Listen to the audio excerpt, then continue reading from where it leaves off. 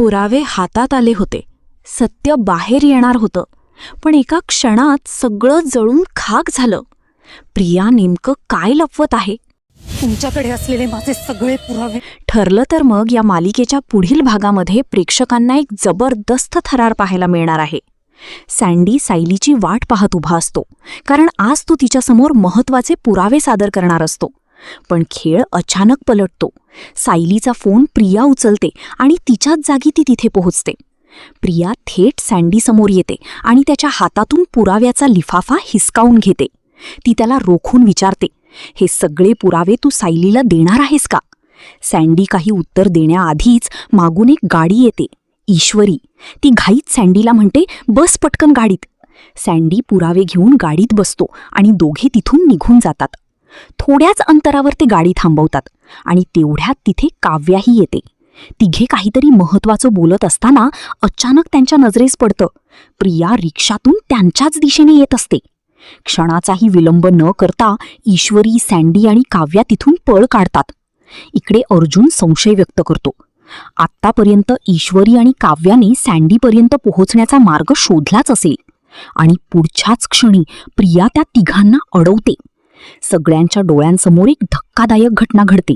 प्रिया ते पुरावे काढते आणि थेट आग लावून जाळून टाकते. या सविस्तर रिव्ह्यू पाहूया. पहिल्यांदा आपल्याला दिसतो सँडी. तो एका ठिकाणी उभा आहे. स्पष्टपणे कोणाची तरी वाट पाहत आहे.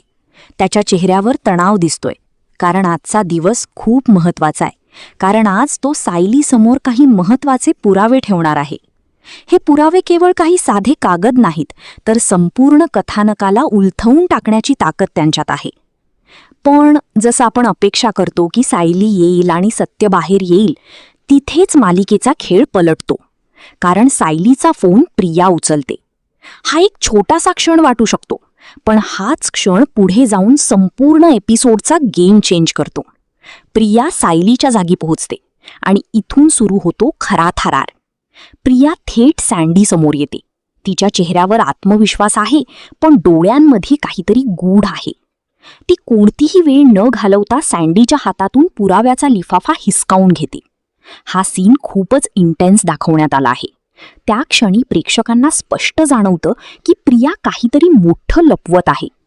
ती सँडीला विचारते, हे सगळे पुरावे तू सायलीला देणार आहेस का? हा प्रश्न साधा नाही, तर त्यामागे एक भीती आहे, एक धोक्याची जाणीव आहे. सँडी काही बोलण्याआधीच परिस्थिती अजून बदलते.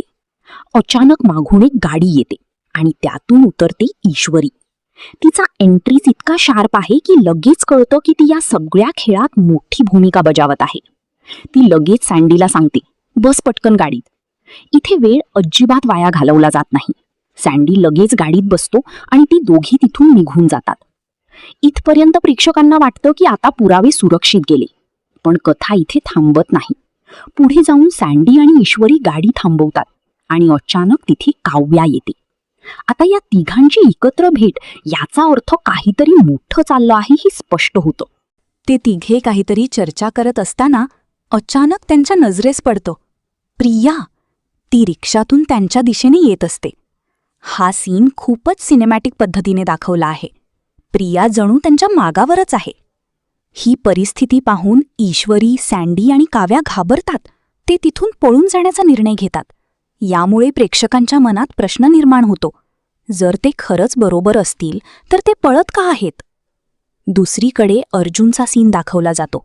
तो परिस्थितीचा अंदाज घेतो आणि म्हणतो, आत्तापर्यंत ईश्वरी आणि काव्याने सँडीपर्यंत पोहोचण्याचा मार्ग शोधलाच असेल. अर्जुनचा हा डायलॉग खूप महत्त्वाचा आहे, कारण तो दाखवतो की तो सगळं समजून घेतोय आणि त्याचं निरीक्षण खूप शार्प आहे. आणि मग येतो एपिसोडचा सगळ्यात मोठा ट्विस्ट. प्रिया त्या तिघांना अडवते. हा सीन खूपच टेन्शनने भरलेला आहे. प्रेक्षकांना वाटतं की आता सत्य बाहेर येणार, पण जे पुढे होतं ते पूर्णपणे अनपेक्षित असतं. प्रिया ते पुरावे बाहेर काढते आणि कोणतीही शंका न ठेवता ती त्यांना आग लावते.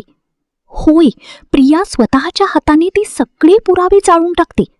हा सीन अक्षरशः शॉकिंग आहे, कारण ज्या प्रेक्षकांनो असेच मालिकेचे रिव्ह्यू पाहण्यासाठी आमच्या चॅनलला लाईक, शेअर आणि सबस्क्राईब करा.